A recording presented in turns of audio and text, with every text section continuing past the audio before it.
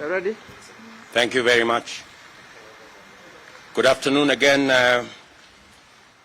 This afternoon, we had a meeting of the IBEC, that is the Intergovernmental Budget and Economic Council, that is mandated to manage relations on matters to do with the economy and budget of counties and the national government. We have prosecuted the agenda items that were listed today. Amongst the issues that we have discussed this afternoon are matters to do with cash disbursements by the National Treasury. We understand that there are some counties from the Council of Governors that have not received their disbursements for January, and some counties, or most counties, in February and March.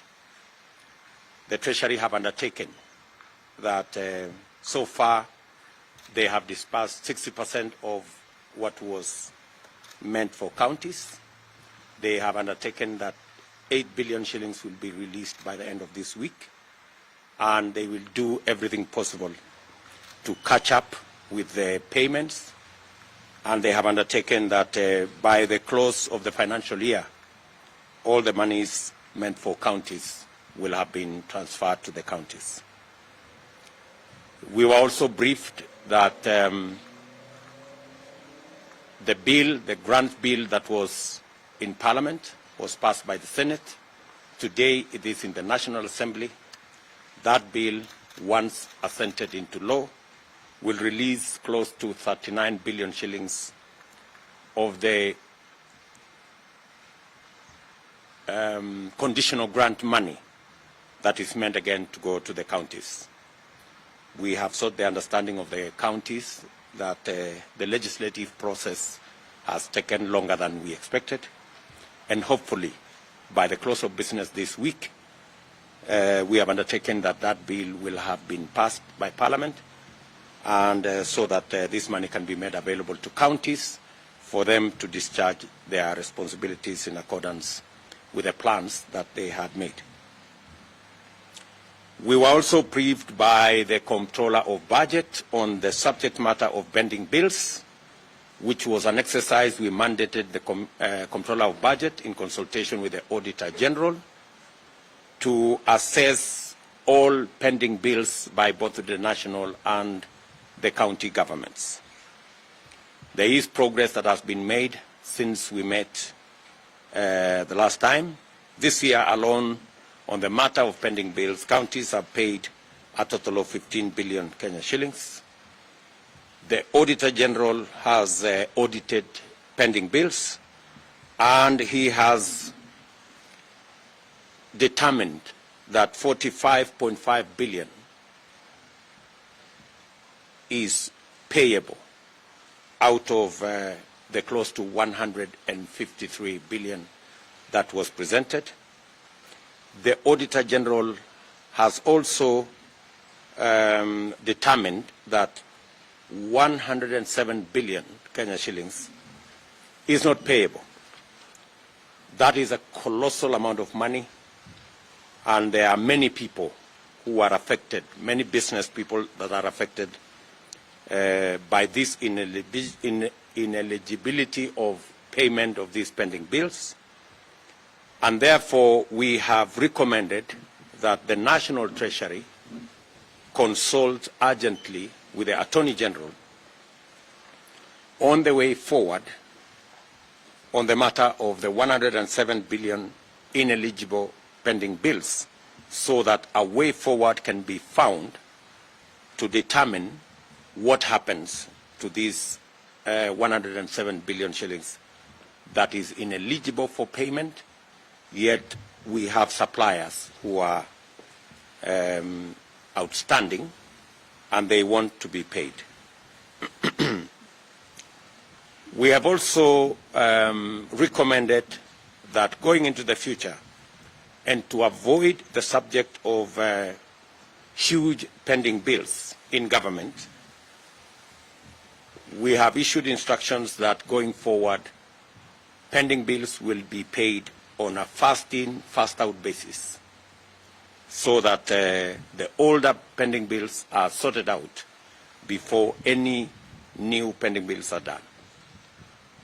Secondly, we have agreed that the National Treasury, working with the Attorney General's office, work out a mechanism that will enable us to have a predetermined mechanism of how to sort out pending bills that are ineligible.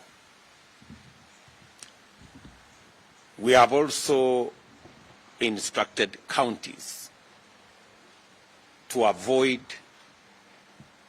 on-source of revenue projections that are unrealistic, because this serves as an avenue for contracting huge bills that ends up not being paid because the on-source of revenues are sometimes exaggerated.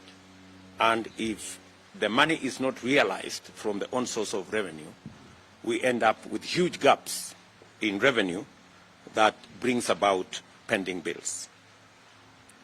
We have asked or tasked the Comptroller of Budget to consult with the various stakeholders and agencies on a mechanism that is going to be the basis of recommendation to counties as to how much they can vary their own source of revenue projections from one year to another.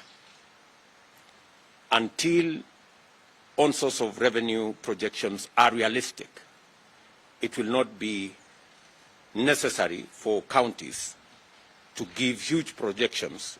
If they didn't meet the previous year's projections of own source of revenue, it will be the basis upon which they can make the next projection. If they didn't realize last year's, there is absolutely no reason why they will make the same huge projections or even increase the projections if the previous year's projections were not realized. We did also receive a report from the IGRTC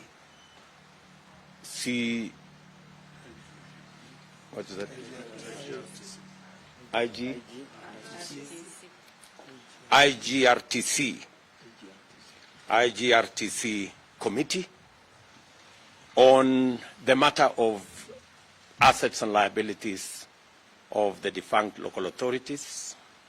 That report was adopted in our last meeting. The committee has now provided mechanisms of how assets and liabilities between the county governments and the national government will be worked out and how they will be settled, and different options have been made to the counties on how to manage liabilities arising from the defunct local authorities and managing them between the counties and the national government.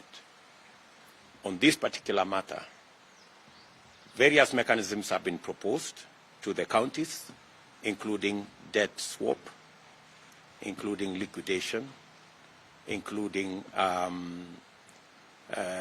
negotiation with the various entities, and other interventions that would help the counties to manage and exit from the matter of the defunct local authorities. We have also received a report.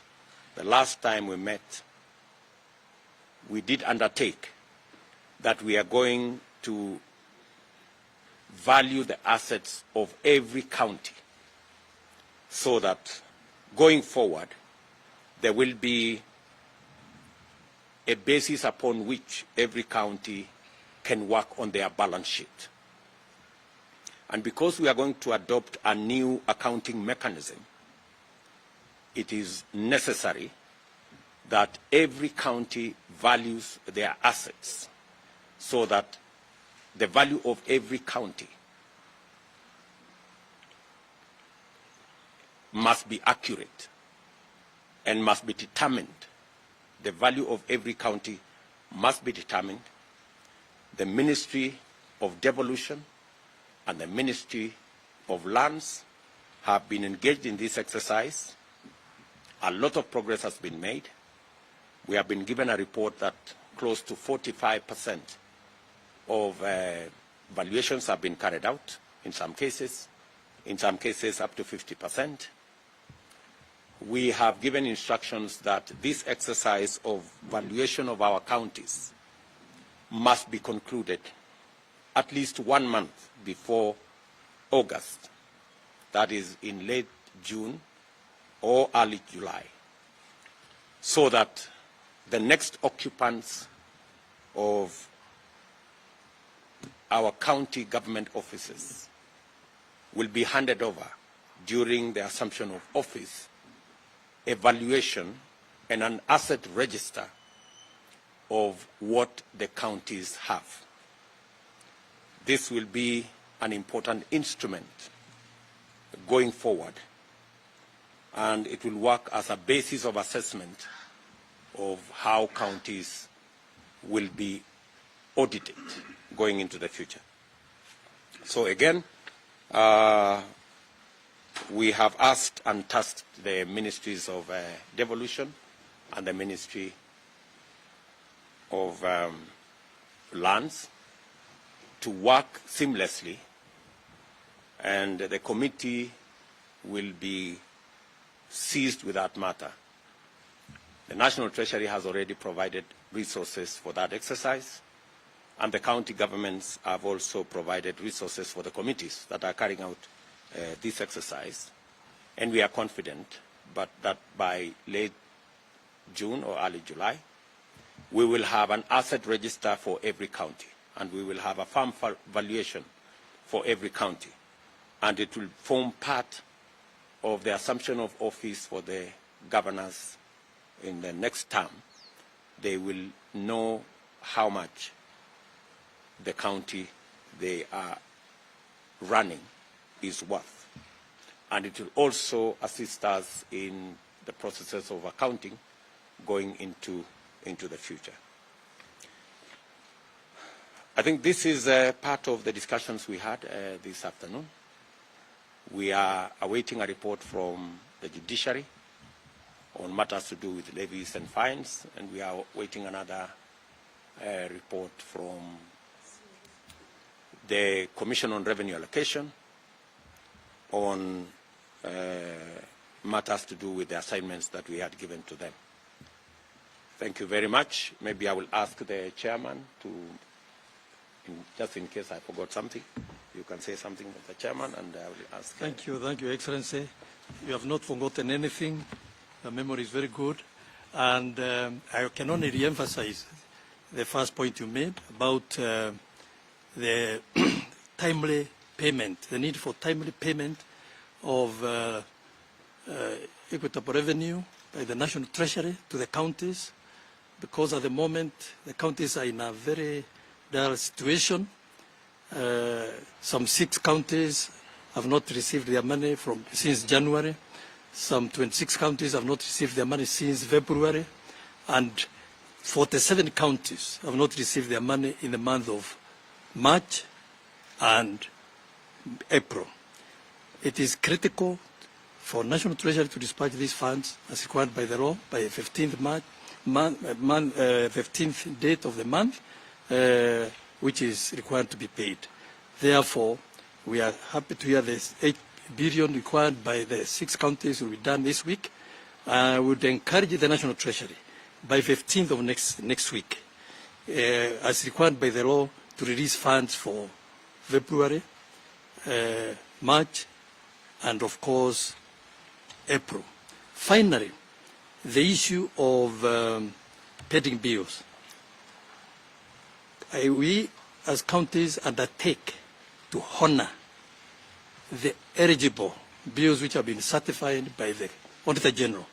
As long as we receive our funds, we shall definitely give priority to eligible bills, and wait for the time when the irregular bills will be given permission by the various committees. Asante sana, Your Excellency. Comptroller of Budget.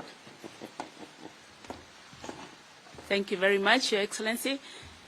I just wish to re-emphasize the fact that pending bills are caused by various reasons, but which we also must appreciate that those who are owed have contributed in a way.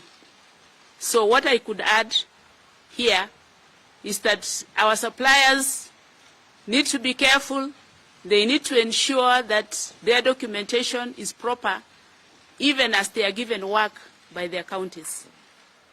If we did that, and then we receive the money in time, I am very sure that the role of my office in monitoring the settlement of these pending bills will become very easy.